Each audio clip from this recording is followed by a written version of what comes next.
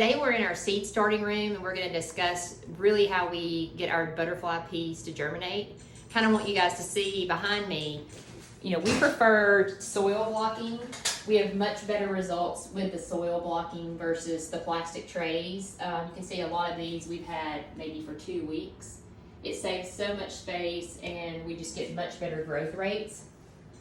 The challenge can be in some of the things that are larger seeds. Like, let's look at these butterfly peas here.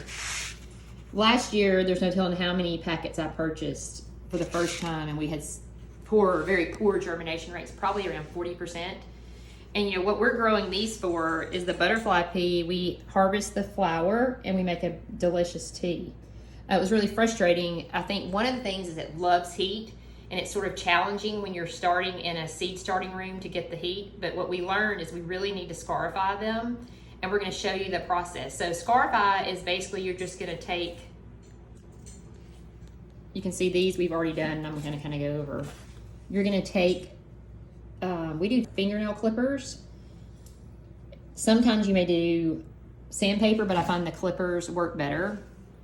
And we're going to actually clip the side off, and this just helps that root to pop out of the shell case. And what you want to do, not the side here, but the longer side. And so you don't want to cut too much, but you do want to remove enough that we're going to be able, once we soak them, oopsies, that it's going to be able to pop out the side. So we're doing another one. And you just have to get that outer casing just a little bit off. You don't want to go too far. I see we're just pulling the side just a little. And you can try the sandpaper, we just have a lot better results. But what we found last year is we had so much rot when we tried to put these in directly in the soil, or if we tried to put them on a paper, in a wet paper towel and put them on the heat mat. Just didn't work. So I did a lot of research. And what I found a few weeks ago, we did this same process, that if we're gonna soak them in hydrogen peroxide and we're gonna place them on a heat mat. So what we do is, this is about 3/4 cup of water, and then we add in 1.5 teaspoons of just simple hydrogen peroxide.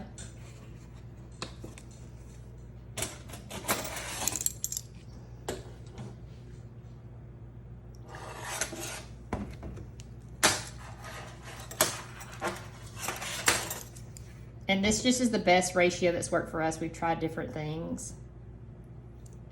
Let's stir it a little. And then basically we had about 98% germination rate. And these seeds were all grown at our farm and we harvested them, so they're, you know, really fresh. We're just gonna drop them in the water.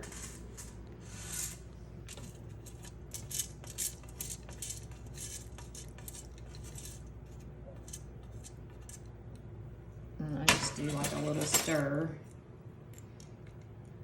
And you know, sometimes you hear people say if they float, they're not viable. That's not necessarily the case. They just have to sometimes get water absorb in them. And then what will happen, the last time it took us about 30 hours, we soaked them. Some people will soak and then put them in, like they'll soak overnight, or they'll soak 4 hours and they put them in the soil. But what we do is we wait until we see that first crack of that distal root.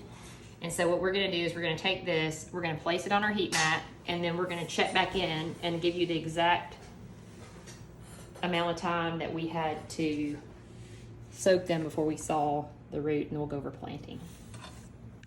So we're less than 24 hours away, and you can already see how the primary root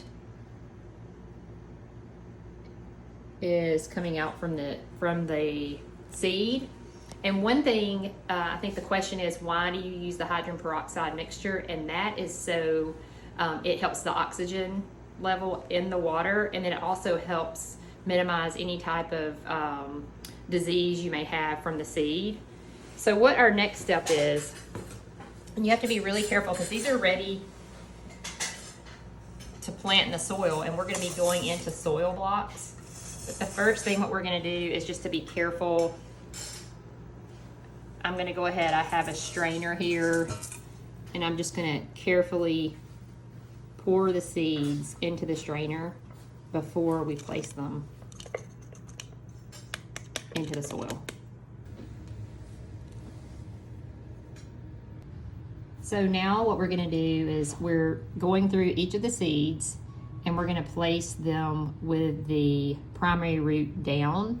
Sometimes you can slip off the actual seed head if it's loose enough, but here we're gonna just pop them in, and then we're gonna come back with some soil in a little bit to cover that root.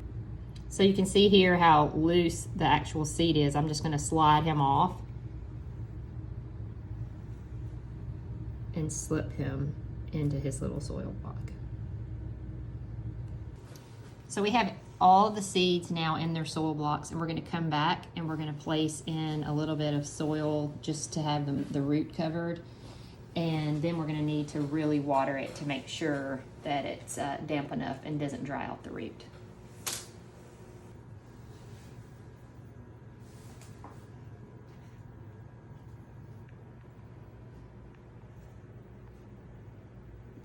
All right, so now we have everything covered with our soil, our dry soil, and we're gonna go through and just water it because we want it to be anything that touches the seed to be damp so it doesn't dry out.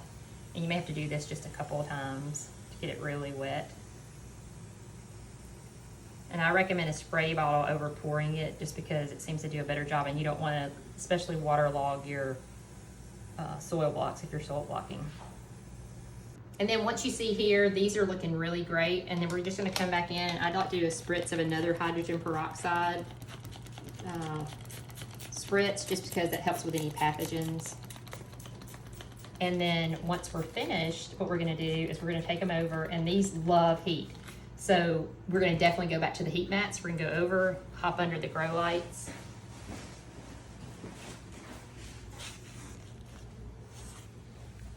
And in a few days, we ought to see some true sprouting. Now, these are some that we did about 3 weeks ago. And so you can see how much they've grown here. And even we've potted up a few of the butterfly pea into bigger containers, which I'll show you. But you can see how the roots, how nice the roots are looking here. But you're not gonna wanna put these out until there's no, there's not a danger of frost again. And this is something we've done. You can even take them, and we're gonna do like a little trellis here to get them started. And this could be for somebody who wanted to take it home, put it on their patio. They need a much larger trellis eventually. This is a great way that you could kind of set these up for growing and climbing. So if you have any questions, be sure and leave a comment and we'll get back to you, and happy growing.